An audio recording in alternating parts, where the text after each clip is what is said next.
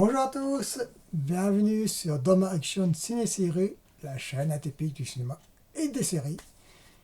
Et aujourd'hui, on va parler de, je mets mes notes sur une série qui passe sur Sci-Fi en replay, c'est Station Eleven. Et de petites séries qui sont sympa, mais ça saute pas au plafond, j'en parlais aussi. Mais avant cela, d'aborder la fameuse série de Station Eleven, merci à vous tous qui restent fidèles à ma chaîne et bienvenue aux nouveaux abonnés. 80 abonnés, c'est très bien. Ça fait énormément plaisir quand je vois sur mon téléphone des fois. Ah, 80, oh ça monte là, dis donc. Donc merci à vous tous. Continuez à vous abonner parce que c'est très important pour que la chaîne soit rentable d'une certaine façon. Ah, pas monétisée bien sûr, mais au moins rentable d'un point de vue de youtubeur. Je ne suis pas le seul à le dire. Il y a d'autres youtubeurs qui réussissent mieux que moi, qui font mieux que moi, qui les vidéos parce que tout simplement ils prennent leur temps, ils font des montages, etc. Ça marche pour eux, c'est tant mieux pour eux. Je ne suis pas là pour ça, pour les critiquer. Et moi, c'est une chaîne un peu plus atypique. Et là, actuellement, j'alterne un peu. Je mets des vidéos sur des films avec des différentes VF, des problèmes de VF, etc., des problèmes de version, avec Laserdisc, Blu-ray, DVD, Blu-ray, et une autre vidéo j'alterne avec une vidéo soit un vieux film qui passe sur Pluto TV, Molotov, etc., MyTF1 ou une série. Et là, c'est une série, c'est sur Sci-Fi, parce que je suis abonné sur Bouquet Famille sur SFR avec Netflix à 6 €, une petite chaîne cinéma à 5 € pour l'instant. J'ai changé mon téléphone parce que ça monte. Et bien sûr, j'ai pris Ciné Plus sur Molotov. J'espère que ça va fonctionner. Pour l'instant, ça va. L'image a plus ou moins. Ça ne vaut pas, bien sûr, Paramount, Netflix et compagnie. Mais au moins pour 10 € 6 chaînes, ça va. J'avais CanalSat avant. J'avais les chaînes thématiques, comme Bouquet Famille, et les chaînes cinéma. De ciné-série, c'était CanalSat. Ciné-cinéma, ça s'appelait à l'époque. C'est dommage que Canal+ ne propose pas Ciné Plus à part. Hein. Bien. Parce que je n'ai pas pris pour Orange, parce que Orange, c'est 23 boules. OCS, ça ne m'intéresse pas.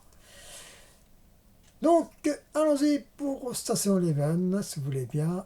Une série atypique et très intelligente et décalée. Bien, avant d'aborder Station Eleven, on va parler de deux petites séries des séries sympathiques, science-fiction, c'est un replay sur Sci-Fi. Intergalactique. Intergalactique, c'est 8 épisodes avec une fin ouverte. Bon, c'est en 2100 des bananes, dysotopie, hein, c'est la mode. Hein. On va dire ça comme ça. Et c'est un vaisseau spatial qui a été pris possession par des prisonnières, que vous voyez sur l'affiche. Et dont il y a une flic qui a été accusée injustement. Et elle doit infiltrer ce groupe de prisonnières. Je ne dis pas plus. Il y a des points positifs et négatifs, il y a d'action, bon. Mais il y a trop d'arcades dans le scénario, les personnages sont un peu tête à claque par moment. Il y a une fin ouverte, légèrement ouverte. Bon, on devait ce qu'elle se passe plus ou moins après. Bon. Il y a des défauts de coiffure, comment dirais-je, de costume, c'est pas terrible. Les effets spéciaux sont pas si nuls que ça. Hein. Quand je lis certains avis, bon. Bien sûr, on aime, on n'aime pas, ça c'est clair. Hein. Il y a des goûts, des couleurs. Mais regardez la série sur Pluto TV Asylum, vous allez vite comprendre qu'est-ce que c'est une bouse et un truc, même une série qui n'est pas parfaite, qui a certains moyens. Donc ça se regarde, mais bon, les trous dans la raquette quand même dans le scénario.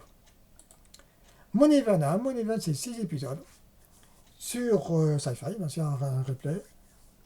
L'histoire, c'est la Terre est complètement polluée. Ils ont créé, grâce à l'intelligence artificielle, une partie de la Lune, la taille de la France, on va dire comme ça, et ils vont s'appeler Lunia, et ils vont envoyer une centaine de personnes, moins 1000 à peu près, sur la Terre pour réapprendre aux terriens comment régénérer la Terre. Sauf un groupement, ils veulent pas, ils veulent substituer ce savoir pour garder pour eux et pour le vendre au plus offrant. Hein. C'est à peu près ça. Ah, donc 6 épisodes, c'est sympa, c'est pas beaucoup d'action, c'est surtout correct. Il y a quelques acteurs connus, j'ai pas pris les noms par contre. Hein. Et oui, ça passe. Pour moi, il y a pire que ça, il y a une fin ouverte.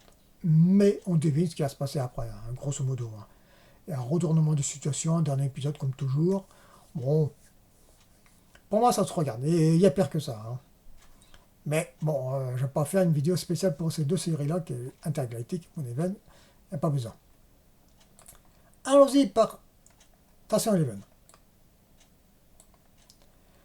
Donc, Station Eleven, c'est d'après un roman Émilie Saint-John, Mandel. J'ai pas lu le roman.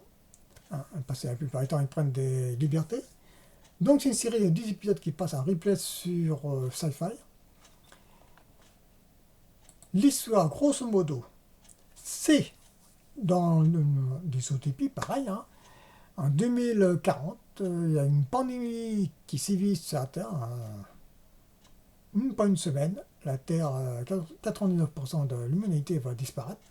Les 1% vont tenter de survivre. Et on voit Kirsten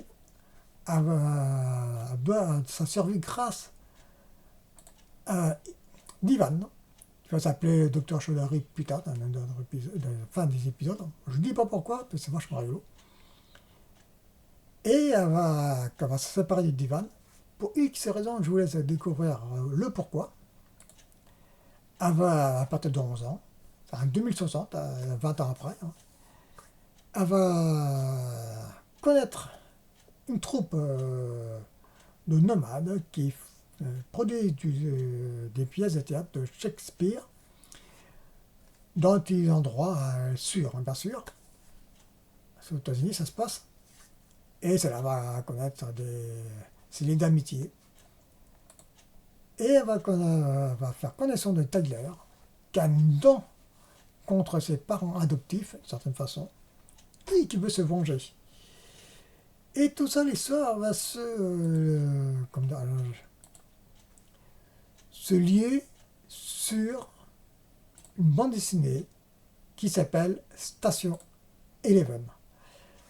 C'est une noire qui est Arthur Lander, qui est un acteur de théâtre de Shakespeare.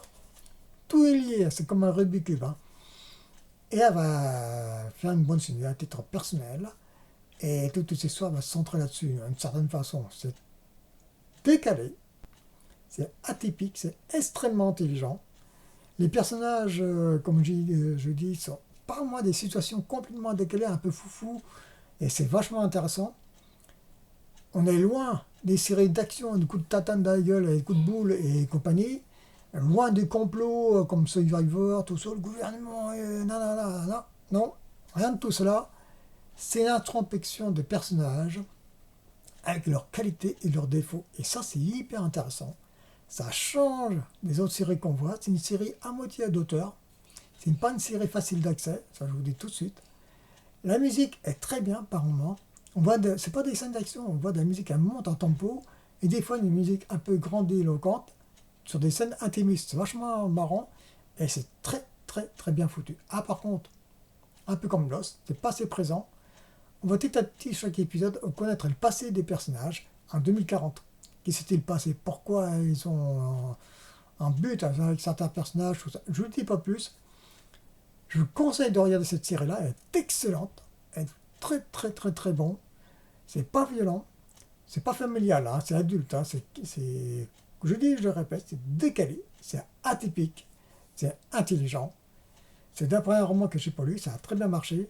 Et franchement, je vous conseille de le regarder parce que ça change franchement des séries, des coups de tatane de la gueule. Hein. D'autres séries que je vais vous présenter, qui malheureusement, elles ont disparu, c'est Power et une que je suis en train de regarder parce que j'ai réussi à le voir ailleurs. C'est, comment dirais-je, Projet Blue Book. Il y a Débris aussi. Malheureusement, ils sont plus sur le net. Et c'est vraiment dommage. C'est des séries qui n'ont pas vraiment de fin, hein, entre guillemets. Ceci étant, Station Eleven, il y a une fin, il y a une conclusion, entre guillemets, même ils ne sont pas au plafond, mais c'est somme tout naturel comme fin, vous allez voir. Il y a beaucoup d'émotions, mine de rien. C'est très... oui, je me répète, c'est très intelligent. Voilà. Je vous laisse découvrir cette série. Si vous avez Sci-Fi, jetez-vous sur cette série-là. Certains ne vont pas aimer parce qu'il n'y a pas d'action, tout ça. Certains vont dire, ouais, les personnages, blablabla. Et surtout l'actrice qui joue Kirsten, j'en peux plus son nom. Je vais essayer de chercher je vais chercher un peu parce que j'ai le bon. C'est Mackenzie Davis, je crois. Je crois. Mais bon, je regarde un peu. Je crois que c'est Mackenzie Davis. Je vais dire pourquoi. Vous allez vite comprendre pourquoi je vous montre ça. Et oui, elle a joué. Vous voyez la blonde là? Bien c'est elle, c'est l'actrice qui joue dans Kirsten. Et là, c'est vraiment étonnant. Elle a une palette d'actrices étonnante sur son visage. Vous allez voir, c'est comme un chien battu, comme un épagnol battu, et un mouti triste, c'est vachement rigolo. Franchement, ça vaut le coup. Elle a très très très bien joué, finement bien joué. C'est pour ça que la série s'est portée vraiment sur son épaule. Hein. Il y a une petite actrice qui joue Kirsten Jeune en 2040, au début de la pandémie. C'est pareil, elle joue très bien. C'est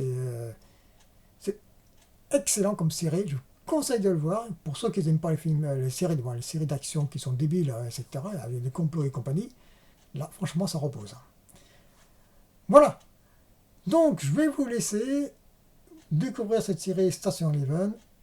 Et je répète, continuez à vous abonner, ça me fait vraiment plaisir. Et je vous donne rendez-vous pour une prochaine vidéo. Allez, à plus!